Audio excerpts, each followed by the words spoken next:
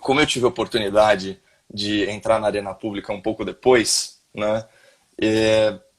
Isso, de certa forma, me facilitou, né? Porque aquela história, se cheguei onde cheguei é porque me apoiei no ombro de gigantes, né? Tem, inclusive, um álbum da minha banda preferida, né? O Oasis fala Standing on the Shoulder of Giants. Ah, É, e o que acontece? Uma coisa que eu observei no debate público é como a forma importa tanto quanto o conteúdo. Teve um ensaio, na verdade, um texto editorial brilhante do Tucker Carlson, né, na Fox News americana, comentando aquele debate, né, se é que a gente pode chamar dessa forma, foi mais um embate, e nem por isso menos válido, entre o Trump e o Joe Biden. E o Tucker Carlson, ele tava, a tese do argumento era brilhante. Ele dizia o seguinte: você tem de um lado um candidato que defende o American Way of Life, né, e toda a cultura política e social, né, fundamentada aí nas teses dos Founding Fathers, né, que é o Trump. Então a gente vai falar de law and order, a gente vai sim. falar de um apreço absoluto pela liberdade, né, esse tipo de coisa. Que Então se a você gente puder resumir, a gente vai chamar de legado da civilização ocidental. Exatamente. Né? E o Tucker fala assim, é um sistema tão brilhante, né, que fez o seu primeiro tribunal constitucional, o primeiro tribunal constitucional da história, e mais, é um sistema que foi copiado por todo mundo.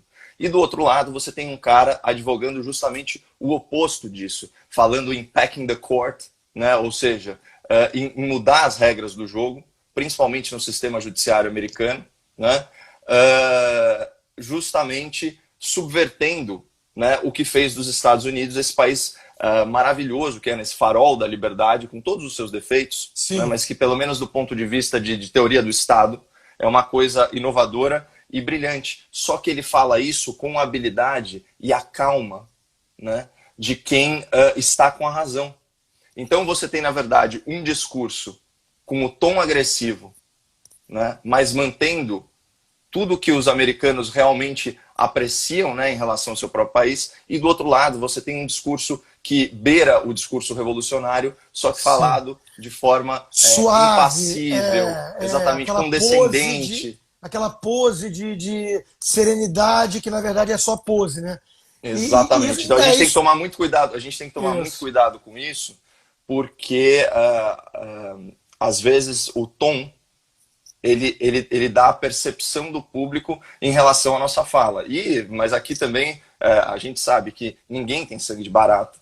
E é muito difícil quando você é confrontado, né, reiteradamente com mentiras, com ataques pessoais velados, né? Isso realmente tem uma conta, a conta é cara, estressa, e é muito difícil não se indignar, né? Então são dois exercícios. Você tem o exercício intelectual, né? Então a parte da racionalidade, e você está sempre lá sendo desafiado na sua inteligência emocional. Emocional. É isso. Então quando você vai Eu vou conversar falar do primeiro.